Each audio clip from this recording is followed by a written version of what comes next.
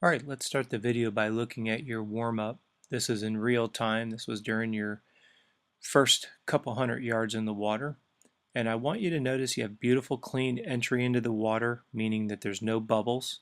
You've got 100% catch of clean water. One of the things that I want you to notice is what we would consider the limp wrist. Notice how that your hand is not coming back to your thigh with any kind of assertiveness or power. So what you're doing is you're catching water at the very front of your stroke, but you're not holding that handful of water all the way thumb to thigh. Watch your wrist go limp right here as you push back. See how your wrist is just kind of dangling back there? I want you to be thinking about your thigh being tapped by your thumb, frequently referred to as thumb to thigh drill.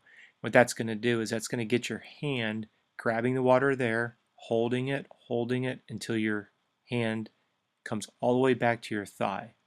So if you're laying in the water, that's 180 degrees.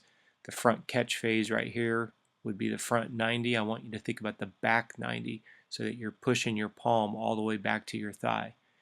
Now the other thing that I want you to take a look at is I want you to notice you've got a good cadence with your breathing, and that's allowing you to have a nice high elbow on both sides. That's very important in an open water setting, especially when the water becomes rough.